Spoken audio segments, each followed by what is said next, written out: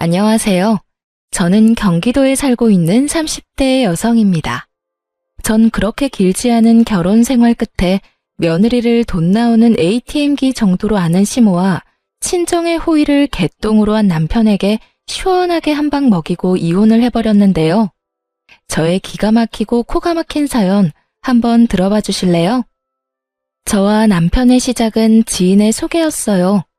우연히 지인과 함께하는 식사 자리에 남편도 함께 합석하게 되었고 그 자리에서 자연스럽게 소개를 받게 되었어요. 처음부터 남편이 마음에 들었던 건 아니었어요. 하지만 만나면 만날수록 괜찮은 사람이란 생각이 들었고 자상하고 다정한 남편의 모습이 좋아지며 연애까지 하게 되었죠. 그렇게 연애 3년 차에 되던 해에 남편과 저는 결혼을 하게 되었어요. 제가 남편과 결혼을 결심하게 된 가장 큰 이유는 저에게 한없이 잘하는 남편의 모습이 있기도 했지만 혼자 계신 엄마에게도 아들처럼 싹싹하게 구는 남편의 모습에 결혼을 결심하게 되었죠. 남편이 엄마에게 싹싹하게 구는 만큼 저도 자연스레 시모에게 잘하게 되었고 저흰 결혼까지 순탄하게 하게 되었습니다. 그렇게 결혼식을 마치고 꿈만 같던 신혼여행에서 돌아온 날 저흰 시댁에 선물을 드리기 위해 시댁에 들렀고 그날 전 시모가 제가 알던 시모와는 조금 다르다는 것을 느끼게 되었어요. 결혼하기 전 잠깐 만나 대화를 나눌 때는 한없이 고상하고 다정한 사람이었는데 신혼여행에서 돌아와 고심해서 준비한 선물을 드리니 대놓고 표정이 일그러지는 것이 아니겠어요?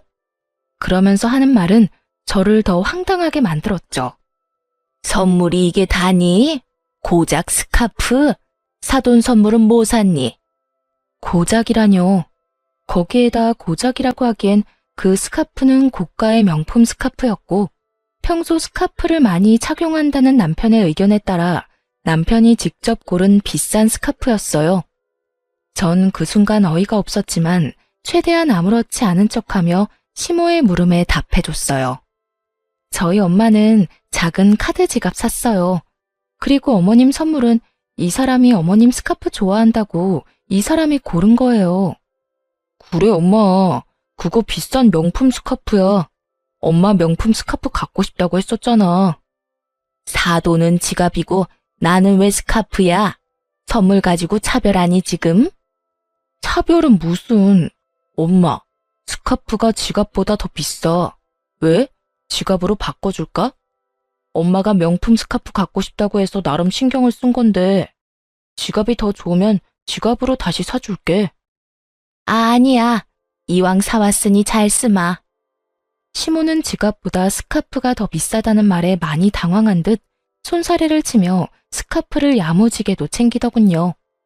그런 시모의 모습이 쉽게 이해가 되진 않았지만 그럴 수도 있다고 생각하려 애썼어요. 새 출발하는 좋은 날 괜한 불화를 만들고 싶지 않은 마음이 컸기 때문이죠. 거기에다 그 후에 이어진 식사 자리에선 시모는 다시 제가 알던 모습으로 돌아와 있었고 저는 그 문제를 깊이 생각하지 않고 넘기게 되었죠. 그렇게 시작한 결혼 생활은 생각했던 것보다 꽤 만족스러웠어요. 남편은 다정했고 시모는 저희의 생활에 무관심에 가까웠기에 가정에 불화가 생길 일이 전혀 없는 정도였습니다. 하지만 명절이라든지 생신날이 되면 시모가 과하게 용돈을 요구한다는 느낌을 지울 수가 없었어요. 그래도 좋은 게 좋은 거라고 형편껏 다 맞춰드리려고 노력했는데 생일을 얼마 앞둔 어느 날 시모가 전화로 이런 말을 하더라고요. 예, 옆집 며느리는 생일 때 갖고 싶은 거 마음껏 사라고 아예 카드를 줬다고 하더라. 얼마나 자랑하는지. 내 생일 얼마 안 남은 거 알지? 뭐 부담 주려는 건 아닌데 그냥 그렇다고. 이 정도면 그냥 무조건 카드를 내놓으라는 말과 다름이 없었고 저는 머리가 지끈하고 아파져 오더군요. 시모는 이런 말을 꼭 저에게만 했고 그렇다고 해서 명절 때 제가 드린 용돈이 적지 않은데 이번엔 아예 카드를 대놓고 요구하니 곤란한 건 사실이었어요. 1년에 한 번뿐인 생일날 카드 정도야 줄 수 있다고 생각하시는 분들도 계실 텐데 제가 그때까지 경험한 시모는 카드를 줬다간 카드를 준 제 손목을 분질러버리고 싶을 정도로 생각 없이 쓸 것이 분명했기에 선뜻 손이 나가지 않더군요. 특히나 제 돈에 대해서는 경제관념이 아예 없는 사람처럼 군 적이 한두 번이 아니었기에 그 고민은 더욱 컸어요. 그래서 전 결국 남편과 상의하기로 했죠. 여보, 곧 어머님 생신인 거 알지? 왜? 갖고 싶은 거 있으시대? 그게 옆집 아줌마네 며느리가 생일 선물로 갖고 싶은 거 사라고 카드를 줬다고 하시더라고. 들어보니 어머님도 카드 받고 싶으신가 봐. 어떻게 하지? 그래? 어떻게 하긴 뭘 어떻게 해. 그냥 통 크게 카드 드려. 남편은 대수롭지 않게 말했고 전 그런 남편의 말에 참 어이가 없더라고요. 뭐? 아무리 그래도 카드를 어떻게 드려. 아무리 그래도 그건 좀 아닌 것 같아. 그깟 카드 좀 주면 어디가 덧나? 큰일이라도 난대? 우리 엄마 그렇게 생각 없는 사람 아니야. 아마 옆집 아줌마가 카드 받았다고 하니 본인도 며느리한테 카드 받았다고 자랑하고 싶어서 그러는 거지. 생각 없이 막 쓸 사람이 아니라고. 써도 얼마 쓰지도 않을 테니까 그냥 드려. 알겠어? 그래? 알겠어. 어쩌면 자신의 엄마를 몰라도 저렇게나 모르는지 화를 내며 호언장담하는 남편을 보며 어찌나 한심했던지 모릅니다. 제가 아무리 말해도 남편은 시모의 씀씀이를 받아들일 리 없었고 그랬기에 저는 일단 알겠다고 한 뒤 저희가 생활비 카드로 쓰는 남편의 카드를 시모에게 주었어요. 남편의 말처럼 자랑 목적으로 카드를 달라고 했다면 다행이지만 저는 절대로 그렇게 생각하지 않았으니까요. 시모는 카드를 받고선 어린아이처럼 기뻐했고 그날 저녁 남편은 사색이 된 얼굴로 집으로 돌아오더군요. 사색이 된 남편은 저를 보자마자 다짜고짜 화를 내기 시작했어요. 당신 생활비 카드로 백화점에서 쇼핑을 이렇게 하는 여자가 어디 있어? 이게 다 얼마야? 뭘 얼마만큼 산 거야 도대체? 무슨 말이야 그게? 내가 무슨 쇼핑을 해? 발뺌하는 거야? 참나. 이거 좀 봐봐. 이거 당신이 다 쓴 거잖아. 저의 물음에 남편은 씩씩거리며 승인 문자들을 보여주며 여전히 화를 내고 있었어요. 승인 내역을 보니 역시나 시모는 저의 예상대로 쇼핑을 아주 시원하게 했더라고요. 평소 남편 돈은 몰라도 제 돈은 어디 버튼이라도 누르면 나오는 돈으로 여기는 시모였기에 당연히 이런 상황을 예상했던 전 씩씩거리는 남편을 여유로운 표정으로 바라봤고 그 순간 다시 승인 문자가 울리더군요. 한식당에서 뭘 얼마만큼 먹었는지 20만 원에 가까운 승인 문자가요. 이게 뭐야? 당신은 여기 있는데 왜 혹시 카드 잃어버렸어? 잃어버리긴 당신이 어머니한테 카드 주라며. 그래서 우리 생활비 카드 줬어. 뭐? 그럼 이게 다 엄마가 쓴 거란 말이야? 내가 아니라 어머님이 다 쓰신 거야. 하루 종일 아주 야무지게도 쓰셨네. 이게 다 얼마야? 그 순간 일그러진 남편의 얼굴에서 할 말이 참 많아 보였지만 자신이 한 말이 있어서인지 남편은 아무 말도 하지 못한 채 방으로 들어가 버리더군요. 전 그런 남편과 시간차를 두고 뒤따라 들어갔고 남편은 안방에 딸린 화장실에서 통화 중인 듯 했어요. 언뜻 카드, 쇼핑 이런 이야기들이 들리는 것을 보니 시모에게 전화를 하는 듯 했고 남편은 조금 화가 난 목소리인 듯 했지만 시모에게 별다르게 화를 내는 것 같진 않더라고요. 뭐 어떻게 화를 내겠어요. 자기 엄마가 생일날 며느리 카드인 줄 알고 신나게 쇼핑했는데 그거 가지고 크게 화를 내기에도 모호한 상황이니 그저 속만 끓을 뿐이었겠죠. 그렇게 통화를 끝낸 남편은 잠이 들 때까지 말 한마디 걸지 않았고 저 역시 그런 남편을 그냥 내버려 두었어요. 다음날 회사에 출근해서 일을 하고 있으니 화가 잔뜩 난 시모에게서 전화가 오더군요. 얘, 너 진짜 애가 왜 그러니? 내가 네 카드 달라고 했지 언제 내 아들 카드 달라고 했어? 아, 그거요. 어머님이 저번에 카드 달라고 한 거 그 애한테 말했더니 형식상 옆집에 자랑하고 싶어서 카드를 달라고 했을 거다. 절대로 생각 없이 막 쓰실 분이 아니다. 라고 하길래요. 그렇다면 아무 카드나 상관없다 싶어서 생활비 카드로 드린 건데 무슨 문제가 있나요? 아무것도 모르는 척 낭창하게 답하는 제 대답에 시모는 할 말을 잃은 듯 거친 숨소리만 들리더군요. 저는 거기에서 멈추지 않고 정말로 아무것도 몰라서 묻는다는 듯 말을 이어나갔어요. 설마 어머님 막 쓰신 건 아니죠? 그이가 어머님은 그렇게 몰상식하게 자식들 카드로 사치 부리는 사람이 절대 아니라고 저한테 호언장담했거든요. 그럴 리가 있니? 그냥 물어본 거다. 보니까 우리 아들 카드길래 그냥 물어본 거야. 아, 그러셨어요? 그래서 어머님도 옆집 아주머니께 자랑 좀 하셨어요? 그래. 아주 실컷 자랑했어. 그럼 끊으마. 시모는 짜증 가득한 목소리로 전화를 끊어버렸고, 이로써 저는 시모가 제 생각과는 전혀 다른 사람이란 걸 확실하게 알게 되며 시모와 거리를 두며 지내게 되었어요. 시모와 거리를 두고 지내니 남편과의 관계도 나빠질 일이 없었고 나름 화목한 하루하루를 보내고 있었죠. 그러던 어느 날 전 하루 연차를 내고 친정에서 시간을 보내기로 했고 엄마와 밥도 먹고 오랜만에 휴식을 취하며 엄마가 휴대전화에 깔아달라고 했던 앱들을 깔고 있었어요. 그런데 그때 입금 알림이 울렸고 그 순간 제 두 눈을 의심하고 말았죠. 남편 이름으로 입금된 금액 5만 원. 참 경악스럽더라고요. 그 당시 저와 남편은 매달은 부담스러워 드리지 못하고 3개월에 한 번씩 양가 부모님께 용돈을 드리고 있었어요. 친정은 남편이, 시댁은 제가 드리고 있었는데 암묵적으로 정해진 금액이 30만 원에서 50만 원이었던 터라 저는 그렇게 드리고 있었는데 남편은 달랑 5만 원이라니 황당할 수밖에요.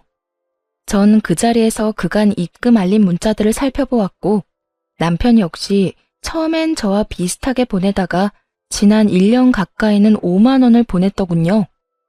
5만 원이라니 저희 엄마를 무시하는 것도 정도가 있지.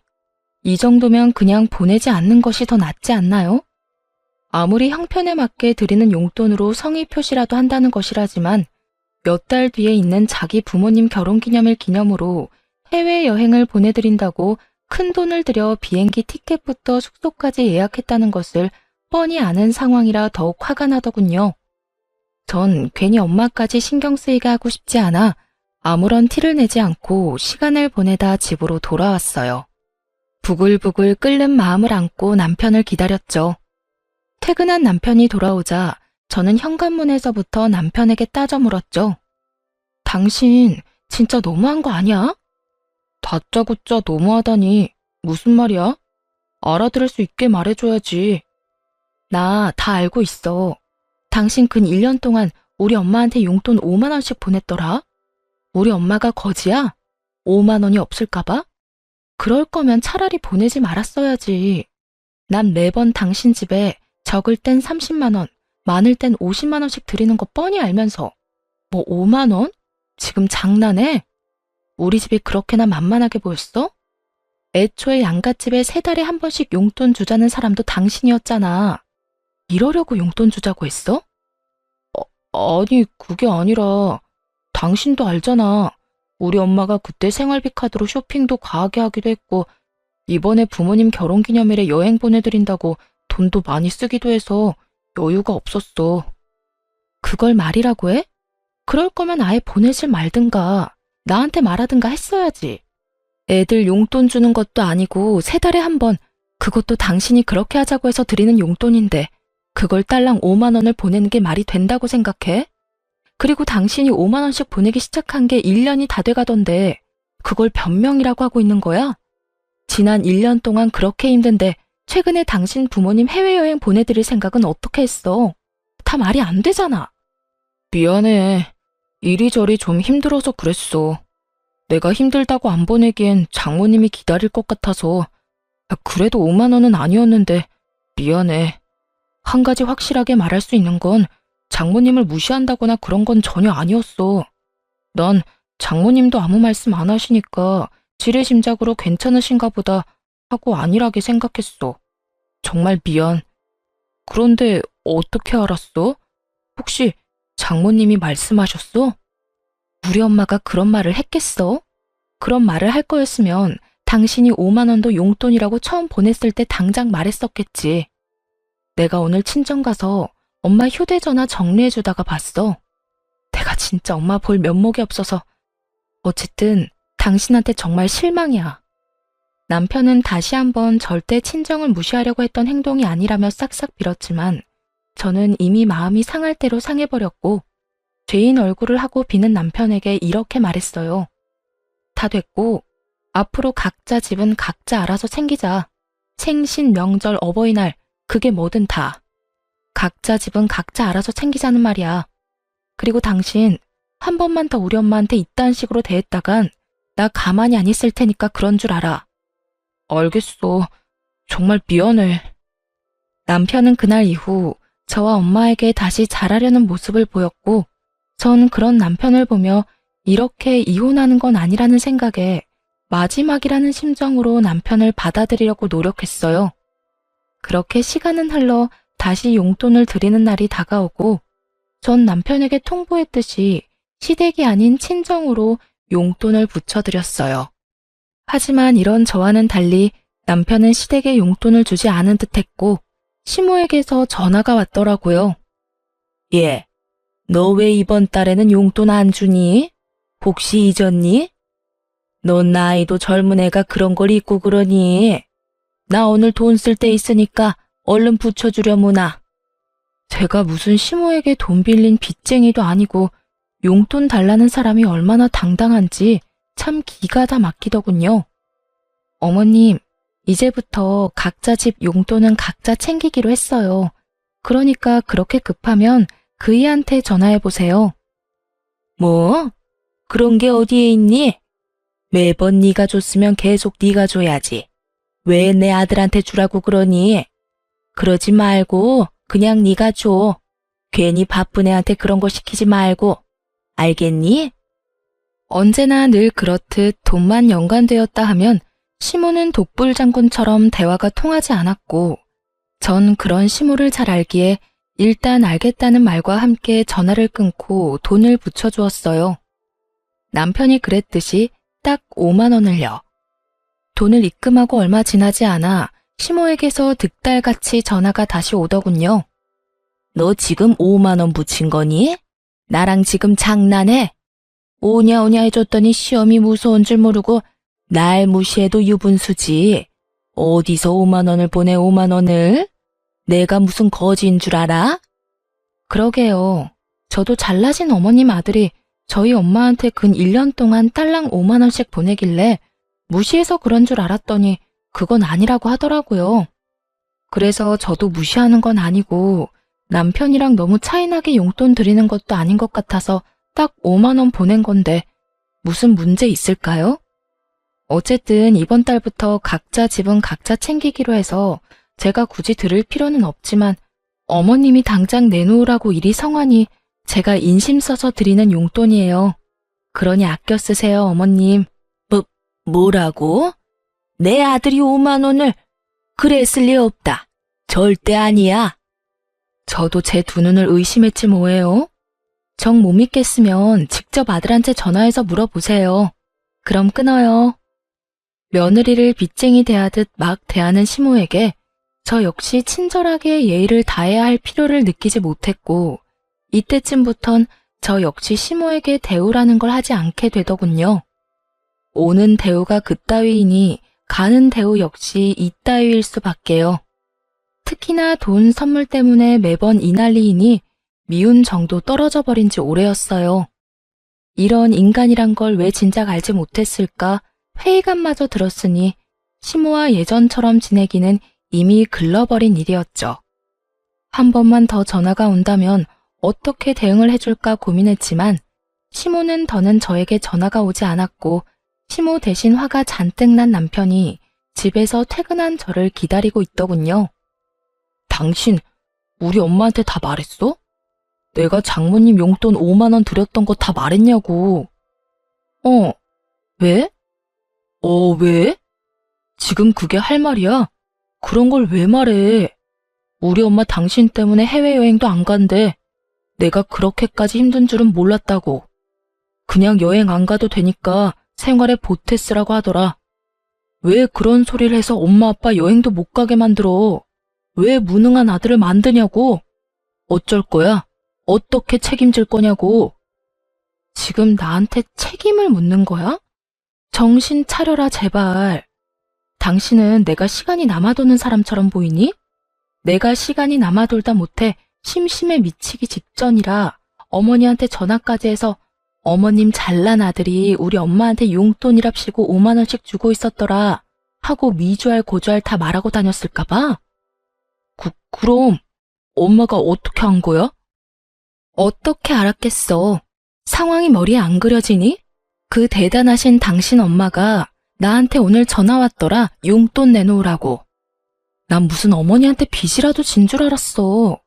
고함 지르는 것도 모자라서 욕까지 하면서 돈 내놓으라고 하는데 내가 참 할 말이 없더라고.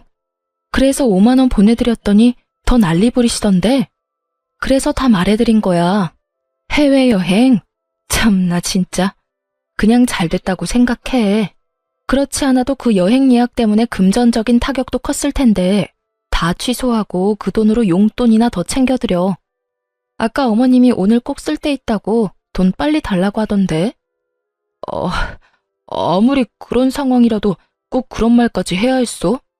그리고 그런 상황이면 나한테 말해서 용돈 드리라고 하면 되지. 꼭 나한테 복수하는 사람처럼 겨우 5만 원을 붙여줬어야 해? 당신 정말 너무한 거 아니야? 너무한 사람이 누군데. 회사에서 일하는 시간인 거 뻔히 알면서 전화해서 돈 맡겨놓은 것처럼 돈 내놓으라고 욕하는 건 안심해? 아니, 어머님은 내가 돈 나오는 기계도 아니고 왜 매번 당신 돈은 그렇게나 아까워하면서 내 돈은 당연한 거라고 생각하시는 거야? 그 생각 자체가 너무한다고 생각 안 해? 전 그간 쌓였던 말을 뱉어냈고 그런 저를 보던 남편은 씩씩거리며 집을 나가버리더군요. 그렇게 집을 나가버린 남편은 새벽까지 돌아오지 않았고 늦은 새벽 다른 사람도 아닌 엄마에게서 전화가 걸려왔어요. 저는 걱정스러운 마음에 전화를 받았고 엄마는 다급한 목소리로 집으로 빨리 오라고 하더군요. 남편이 지금 친정에 왔다면서요. 희정아, 너 지금 빨리 집으로 좀 와. 엄마, 왜? 무슨 일 있어? 이 새벽에 무슨 일이야? 그게 정서방이 지금 여기에 왔어. 보기엔 술 많이 먹은 것 같은데 엄마 혼자서는 감당이 안 돼. 뭐? 정서방이? 그래, 보니까 많이 속상한 일이 있었는 것 같은데 빨리 와서 데리고 가려무나. 수학이 넘어 엄마의 다급한 목소리와 함께 잔뜩 취한 남편의 목소리가 들려오는데 정말 이게 무슨 일인가 싶더군요. 전 서둘러 친정으로 갔고 현관문을 열고 마주한 장면은 정말 최악 중의 최악, 가관 중에 그런 가관도 없더군요. 온 거실에 남편이 풍기는 술 냄새로 가득했고 제 몸 하나 가누지 못하고 있는 남편은 엄마를 향해 제 욕을 서슴없이 하며 술주정을 부리고 있더군요. 장모님 잘난 그 딸이 글쎄 남편 무시하는 것도 모자라 시댁까지 무시하고 있다고요.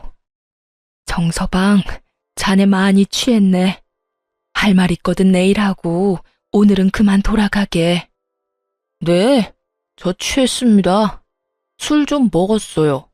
제가 왜 이렇게 술 먹었는지 아세요? 글쎄, 오늘 우리 엄마한테 5만 원을 보냈다네요. 어쩌면 그럴 수가 있냐고요. 제가 5만 원 보냈다고 자기도 5만 원 보냈대요, 글쎄. 이게 말이나 되나요? 친정이랑 시댁이 같냐고요. 저 여자 아주 몹쓸 여자예요. 남편의 주정이 계속되는 사이 엄마는 머리를 부여잡으며 곤란해했고 전 할 수만 있다면 남편의 입을 찢어버리고 싶을 정도로 화가 끓어오르고 있었어요.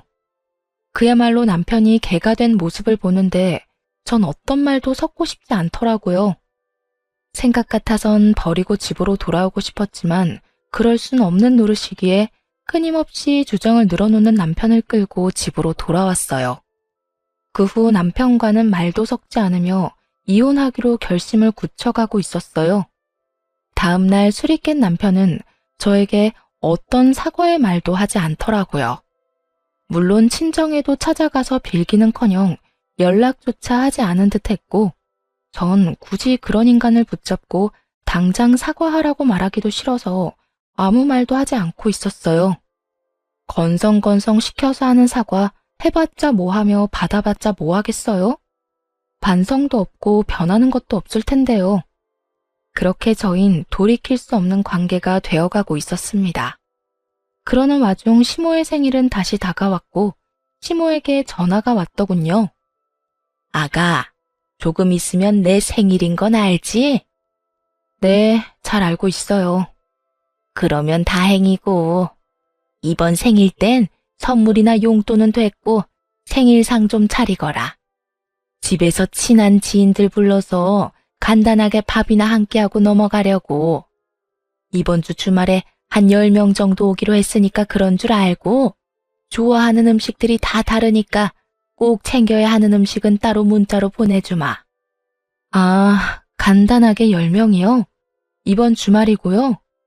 그래. 그리고 생일 선물이나 용돈은 필요 없긴 하지만 정 네가 챙기고 싶으면 챙겨도 되니까 그렇게 알고. 그러면 주말에 보자. 이쯤 되니 화도 나지 않았고 어쩜 저런 생각을 다 해낼까 싶어 아낌없는 찬사마저 나오더군요. 제가 전화를 끊고 헛웃음을 뱉어내고 있으니 그런 저를 보던 남편이 무슨 일이냐고 물어왔고 전 남편에게 알려주었어요. 왜? 무슨 일이길래 그렇게 웃어? 우리 엄마 아니야? 맞아. 곧 어머님 생신이잖아. 이번엔 간단하게 지인분들 불러서 생신하고 싶다네. 간단하게 한 10명 부를 테니까 와서 상 차리라고. 10명이 간단하게가 맞는 거야? 당신 생각은 어때? 생신상? 그게 왜? 그리고 10명이면 간단한 거지. 옛날에는 동네 잔치도 하고 그랬어. 그 정도는 며느리로서 당연히 해야 할 도리 아니야? 이렇니 저렇니 군말하지 말고 생신상이나 제대로 준비해.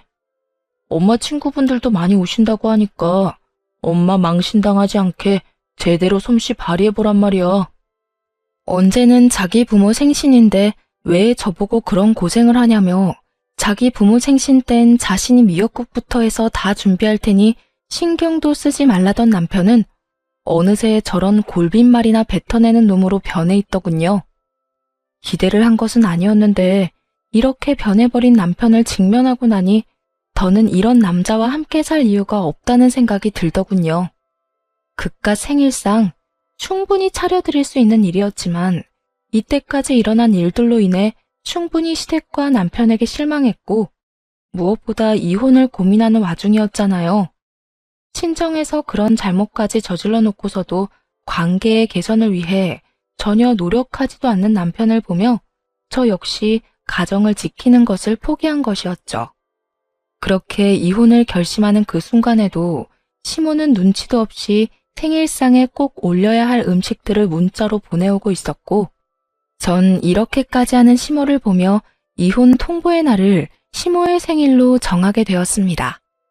드디어 기다리고 기다리던 시모의 생일날, 전 남편과 함께 시댁으로 향했고 당연히 양손 가득 장을 봐올 거라 생각했던 시모는 빈손으로 시댁에 들어서는 저를 보며 이렇게 말하더군요. 예, 너 왜 빈손이니? 재료는 장 안 봐서 왔니? 아, 혹시 출장 뷔페 불렀니? 하긴 요새는 그렇게도 많이 한다고 하더라. 쓸데없이 가짓수 많이 하지 말고 제대로 된 음식 몇 가지 제대로 예약하지 그랬어. 음식은 괜찮게 한다니? 오늘 오는 친구들이 입이 고급이라 걱정스럽긴 하네. 시모는 혼자 김칫국을 사발채 들이키고 있었고 저는 그런 시모와 남편에게 할 말 있다며 잠시 앉아보라고 했죠. 그렇게 시모와 남편은 제 앞에 나란히 앉았고 전 준비한 말들을 시작했어요. 어머님, 오늘 출장 뷔페는커녕 생일상 준비조차 안 했으니까 지금이라도 친구분들 오지 말라고 연락하세요. 제 말에 시모와 남편은 인상을 있는 대로 구기더니 차례대로 저에게 따져 묻기 시작하더군요. 그게 무슨 말이니? 생일상을 안 차린다니? 너 오늘 내 생일인 거 잊었니? 생일상도 안 차릴 거면 여기에 왜 온 거야? 그러게, 당신 지금 무슨 말을 하고 있는 거야? 오늘 엄마 생일상 준비하라고 했었잖아. 며느리가 돼서 그 정도는 당연히 해야 한다고 했던 내 말 잊었어? 하나뿐인 며느리가 하나뿐인 시어머니 생일상 하나 못 차린다는 게 말이 된다고 생각해?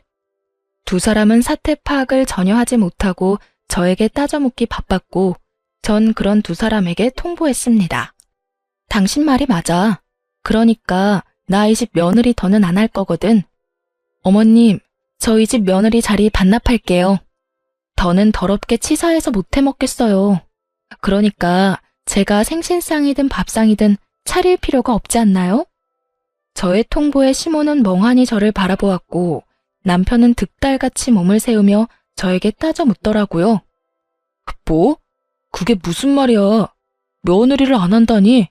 설마 이혼이라도 하자는 말이야? 이혼해. 나 더는 이런 집 며느리도 당신 부인도 못 해먹겠어. 야, 이런 일로 이혼은 무슨 이혼이야? 생신상 차리는 게 뭐라고 이혼까지 해? 당신 이것밖에 안 되는 사람이야? 당신 정말 멍청하구나. 내가 이까지 생신상 때문에 이혼까지 하겠어? 그러면 도대체 왜 이혼까지 하자는 거야? 이걸 모르니까 이혼하자는 거야. 당신, 우리 친정에서 그런 일 있고 나서 우리 엄마한테 찾아가서 용서는 빌었어? 찾아가지는 못하더라도 전화로 용서는 구했냐고. 그것뿐이야. 이때까지 당신이 나한테 한 모든 행동들 너무 실망스러웠지만 꾹꾹 참았는데 더는 안 되겠어. 사위로서 도리는 다하지도 않으면서 며느리로서 도리는 과하게 바라는 당신이랑 더는 살고 싶지 않아. 남편은 자기가 저지른 잘못은 아는지 말이 없었고 그런 남편을 대신해 시모가 저에게 따지고 묻기 시작하더군요. 용서? 내 아들이 왜 사돈한테 용서를 구해야 해? 내 아들이 뭘 그렇게 잘못할 일이 있다고? 용서는 네가 나한테 구해야지. 이게 무슨 버릇없는 짓거리야? 어디 시어미 앞에서 이혼을 운운해? 어머님 그 잘난 아들이 꼭두 새벽에 만취가 돼서 친정에 찾아갔어요. 그뿐이에요. 저희 엄마 들으라고 제 욕을 또 얼마나 했는지 몰라요. 고함은 얼마나 질러대는지 제가 참 친정엄마 별 면목이 없더라고요. 그런데 그 잘난 어머님 아들이 그런 사고를 쳐놓고 저희 엄마한테 이날 이때껏 연락 한 통 안 하고 있지 뭐예요? 그러니 제가 눈이 돌겠어요, 안 돌겠어요? 그러니 제가 어머님 생신상이나 차리고 있고 싶겠어요? 언성을 높이는 시모와 그런 시모에게 뒤지지 않을 만큼 고함을 지르는 저. 그야말로 난리도 그런 난리가 없었습니다.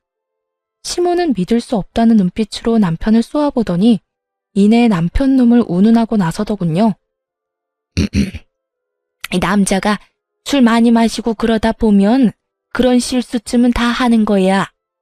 그런 걸 잘 감싸줘야 진정한 내주지. 어디 나서서 고개를 숙이라 말라 명령질이야. 큰일할 남자한테 함부로 아무 데서나 고개 숙이라고 하면 안 되는 거야. 그리고 사돈도 다 이해하실 거다. 아무렴 사위는 백년 손님인데 이해하고 말고. 정말 그 입에서 뱉어지는 한마디 한마디가 뭐 같아 말을 섞고 싶지도 않더군요. 저는 그런 시모에게 비웃음과 함께 이렇게 말해주었습니다. 어머님은 그렇게 잘 생각하시고요. 전 전혀 그렇게 생각하지 않으니 이혼하겠습니다. 제가 이혼하고 어머님 아들 다시 그 잘나신 품에 돌려드릴 테니 이혼하거든 앞으로도 쭉 그런 아들로 그렇게 잘 키워보세요. 아마 그런 식으론 제 혼은 죽었다 깨도 힘들 테니 쭉 끼고 한평생 잘 사시면 돼요. 이 인연이 말이면 단줄 아나 어디서 그딴 막말을 해? 막말은 무슨? 진심인데요. 잘 생각해 보세요. 재혼을 한다 한들 어떤 여자가 버티고 살겠어요? 그러니까 저처럼 남의 집 귀한 자식 인생 망치지 말고 그냥 어머님 품에 쭉 끼고 사세요. 시모는 제 말에 화가 잔뜩 났는지 몸을 부들부들 떨며 제 뺨을 때려버리더군요. 한 대 맞을 각오는 했던 터라 놀랍지도 않더군요. 저는 시모에게 맞자마자 놀란 눈으로 상황을 지켜보는 남편에게 다가갔고 그대로 남편의 뺨을 때려버렸어요. 제가 남편의 뺨을 있는 힘껏 때려버리자 시모는 악소리를 지르며 저에게 달려들더군요. 내 인연, 어디서 내 아들을 때려? 네가 뭔데? 니까짓 게 뭔데 내 눈앞에서 내 아들을 때려? 오늘이 네 제삿날인 줄 알아. 내가 더 가만히 둘 것 같아? 전 악다구니를 쓰며 달려드는 시모의 팔을 붙잡아 내팽개치며 이렇게 말했어요. 제가 한 대 맞아들이니까 힘으로 저를 이길 수 있을 거라고 생각했어요? 예의상 한 대 맞아들인 거고 더는 남아있는 예의가 없어요. 그러니까 다신 제 몸에 손대지 마세요. 시모는 남편의 옆으로 고꾸라졌고 전 그런 두 사람에게 이렇게 말했어요. 이젠 정말 이혼밖에 없어. 그러니까 조용히 이혼해. 구질구질하게 굴지 말고. 저를 죽일 듯이 노려보는 시모와 망연자실한 남편놈을 뒤로 한 채 저는 현관문을 열었고 현관문 앞은 언제 온 것인지 시모의 친구들이 줄지어 현관에 귀를 대고 있더군요. 언제 온 것인지 확실히 알 순 없었지만 한 가지 확실히 알겠는 건 저희의 다툼을 모두 들었다는 것이었어요. 저마다 표정이 놀람과 호기심 그리고 경악으로 눈을 반짝이고 있었거든요. 전 그런 구경꾼들을 위해 현관문을 닫지 않고 들어가 보라고 했고 그 열린 문틈으로 시모의 한탄이 들어오더군요. 이놈아, 어쩌다 그런 짓까지 했어? 술을 마시려거든 곱게 마셔야지. 어쩌다 사돈집까지 찾아가서 그딴 주정을 부렸냐고. 그리고 그딴 짓을 했으면 당장 다음 날이라도 찾아가서 용서를 구했어야지. 뭘 잘했다고 고개 빳빳이 들고 그러고 있어? 네가 사돈 용돈으로 5만 원 줬다고 할 때도 내가 기가 막혔는데 뭐? 술주정? 이걸 어쩔 거야? 그러면 어떻게 해? 돈이 없는데. 이게 다 엄마 때문이잖아. 엄마가 내 카드로 쇼핑만 안 했어도 5만 원 드릴 일도 없었고 엄마가 해외여행 보내달라고 노래만 부르지 않았어도 내가 그렇게 생활이 힘든 일은 없었다고. 술주정? 그까짓 게 왜? 엄마가 아까 그랬잖아. 남자가 술 마시고 그러다 보면 그런 실수도 하는 거라고. 실수 좀 한 것뿐인데 굳이 내가 장모님한테 찾아가서 용서까지 빌어야 해? 내가 왜? 아니 이 녀석이 진짜 그래도 정신 못 차리고. 나 같아도 이혼하지 이혼해. 나 같아도 너 같은 인간이랑 못 살겠다. 그때까지도 정신을 못 차린 남편과 그런 남편을 질책하는 목소리가 밖으로 새어나오고 시모의 지인들은 저마다 남편을 욕하기 바쁘더군요. 저런 인간 말종도 또 없다고요. 전 그런 욕들을 뒤로 한 채 집으로 돌아왔고 그 이후 빠르게 이혼을 진행했어요. 남편은 저의 예상대로 이혼의 비협조적이었고 전 소송까지 진행하게 되었죠. 소송을 진행하는 동안 전 친정에서 지내고 있었고 남편은 마지막까지 발악하며 친정까지 찾아와 울고 불고 하며 빌더군요. 여보, 정말 잘못했어. 내가 정말 미쳤었나 봐. 막상 당신이랑 이혼해야 한다고 생각하니까 나 정말 죽을 것만 같아. 나 당신 없이 못 살아. 그러니까 사람 하나 살리는 셈 치고 한 번만 용서해주면 안 될까? 어쩌지? 난 당신이랑 살면 죽을 것 같은데? 여보, 내가 진짜 잘할게. 정말이야. 내가 이렇게 빌잖아. 진작 좀 잘하지 그랬어. 이제 와서 이래봤자 소용없으니까 그만하고 돌아가. 단호한 저의 태도에 남편은 도저히 안 되겠다 싶었는지 엄마 다리를 붙잡고 늘어지더군요. 장모님, 제가 앞전엔 정말 잘못했습니다. 제가 술을 너무 많이 마셔서 제정신이 아니었다고요. 그러니까 장모님이 이 사람 좀 설득해 주세요. 이런 일로 이혼이라니 말도 안 되잖아요. 그러게, 진작 좀 잘하고 살지. 이제 와서 이렇게 한들 무슨 소용이야. 이미 마음이 떠난 것을. 그러지 말고 일어나서 돌아가게. 나도 더는 할 말이 없네. 장모님, 그런 일 있기 전까지 제가 얼마나 잘했습니까? 이번 한 번만 넘어가 주시면 그것보다 곱절로 더 잘하며 살겠습니다. 정말이에요. 각서라도 쓸 수 있으니 한 번만 더 믿어주세요. 남편 놈은 아예 엄마의 발밑에서 눈물 콧물 다 쏟으며 애원했지만 그간 이야기를 다 들은 엄마는 마음을 돌릴 리 없었고 한참을 빌던 남편은 지쳤는지 축 처진 어깨를 하고 돌아가더군요. 그 꼴을 보는데 안쓰러운 마음이 들기는커녕 다시는 찾아오지 말라고 소금까지 뿌려주었습니다. 그렇게 이혼만 마무리되길 기다리는데 시모까지 친정으로 찾아왔더군요. 전혀 예상치 못한 시모의 방문에 이게 무슨 일인가 싶더군요. 시모는 엄마의 손을 붙잡고 울며 빌기 시작했고 그 악어의 눈물엔 다 이유가 있더군요. 사돈, 앞날 창창한 애들 이혼까지 해서 되겠어요? 그러지 말고 사돈이 설득 좀 시켜주세요. 아이고 사돈, 저한테 이러셔도 아무 소용 없어요. 이미 마음이 떠났더라고요. 마음은 떠났는데 몸만 붙잡고 살라고 할 수도 없는 노릇이고 그냥 이혼하는 게 애들 앞날을 위해서도 좋은 일 같아요. 사돈, 저 좀 살려주세요. 저도 그렇게 생각하고 그냥 이혼시키려고 했습니다. 그런데 바깥 양반이 모든 걸 알고 난리가 났습니다. 며느리 맘 안 돌려놓으면 저도 제 아들도 가만두지 않겠다고요. 그러니까 두 사람 살린다고 생각하고 다시 한 번만 설득 좀 해주세요, 사돈. 이렇게 부탁드릴게요. 시모는 아예 엄마에게 고개까지 숙이며 애원했고 그런 시모의 모습을 보며 그럼 그렇지 싶더군요. 아들이 뻔히 잘못한 걸 다 알면서도 제 앞에서 아들 편만 들던 시모가 저렇게 갑자기 고개를 숙이고 들어올 리가 없었으니까요. 평소 집안일은 시모에게 믿고 맡기는 시부는 가정 내에서 이런 일이 일어나는지도 몰랐을 테고 믿고 맡긴 결과가 아들의 이혼이라니 화가 머리끝까지 난 것이었겠죠. 거기에다 시모의 생일날 모인 지인들은 시부도 아는 지인들이었으니 시부의 귀에 이혼 사유가 들어가고도 남았을 테고요. 화를 잘 내지 않는 대신 한번 화를 내기 시작하면 끝장을 보고야 마는 시부의 정성을 잘 아는 저였기에 시모의 저 자세가 이해되고도 남더군요.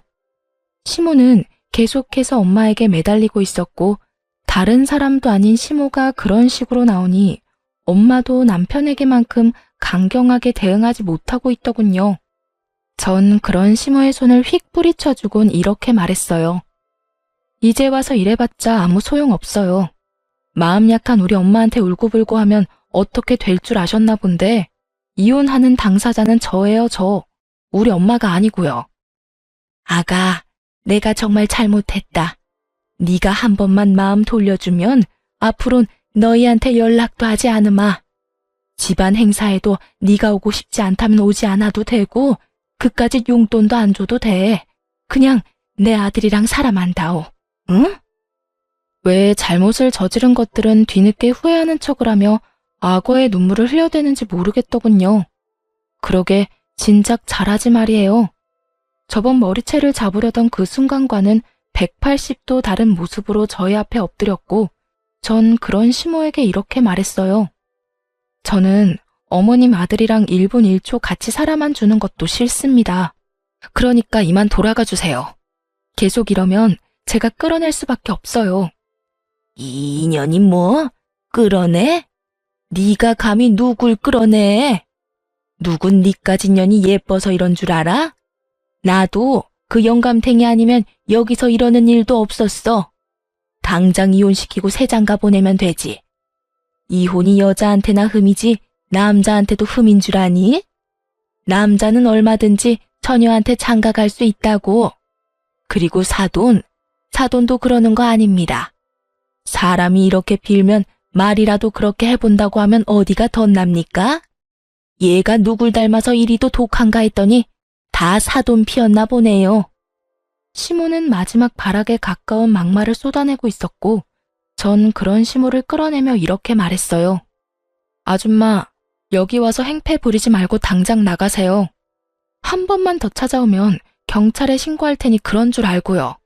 그리고 오늘 와서 이렇게 행패 부린 거 아버님께 전화해서 다 말할 테니 그렇게 아세요. 질질 끌려 쫓겨난 시모는 굳게 닫힌 현관문 앞에서 한참이나 난동을 부려댔고 제가 부른 경찰분들이 오고 나서야 시모는 집으로 돌아갔습니다. 그렇게 두 사람은 찾아오지 않았고 전 소송에서 이기며 시모와 남편에게 위자료를 받고 이혼하게 되었어요. 이혼이 확정되는 당시 전 남편의 몰골은 거의 폐인에 가까웠고 그 모습을 보는데 참 통쾌하더군요. 저딴 인간 때문에 망친 제 인생이야. 앞으로 제가 열심히 행복하게 잘 살면 회생이 될 테지만 그 인간은 회생이 불가능해 보였어요. 이혼과 동시에 전 번호도 바꿔버리고 회사도 이직해 전 남편과 전 시댁의 소식은 듣지도 전하지도 않고 살고 있어요.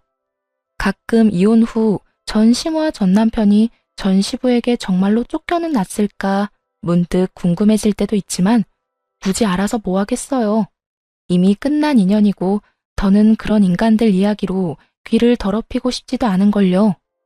전 이직한 회사에서 잘 지내고 있습니다. 그 지옥 같은 결혼 생활에서 탈출한 지도 5년이란 시간이 다 되어가고 현재는 남자친구도 있어요. 제가 이혼한 지 3년이 지났을 때 회사에서 만난 남자로 제가 언제나 늘 최고고 제일 예쁘다고 해주는 제 눈엔 세상 누구보다 멋진 남자예요. 한번 크게 대인 상처가 있어서 그런지 아직까지 결혼 생각은 없긴 하지만 사람 일은 또 모르는 일이지 않나요? 그래서 무조건 아니다, 안 된다 생각하지 않고 마음을 열고 천천히 알아보려고요. 이로써 저의 긴 사연도 끝이 났어요. 어떠셨나요? 답답하신 분들도 통쾌하다 하신 분들도 계셨을 것 같아요. 결혼 생활을 시작할 당시 전 남편을 위해서라도 시댁과의 관계를 원만하게 유지하고 싶었고 그랬기에 더욱 그러려니 하며 노력하고 살았습니다. 하지만 시간이 지나 지금 생각해보니 제가 잘못 생각했던 것 같아요. 아닌 건 아니고 옳은 건 옳은 건데 말이죠. 혹시나 저처럼 시댁의 과한 요구에도 가정을 지키기 위해 참고 인내하며 사시는 모든 아내분들, 부디 우리 할 말은 적당히 하고 살아요. 그러면 저는 이만 물러가 볼게요. 긴 시간 함께 해주셔서 너무 감사합니다. 다들 행복하세요.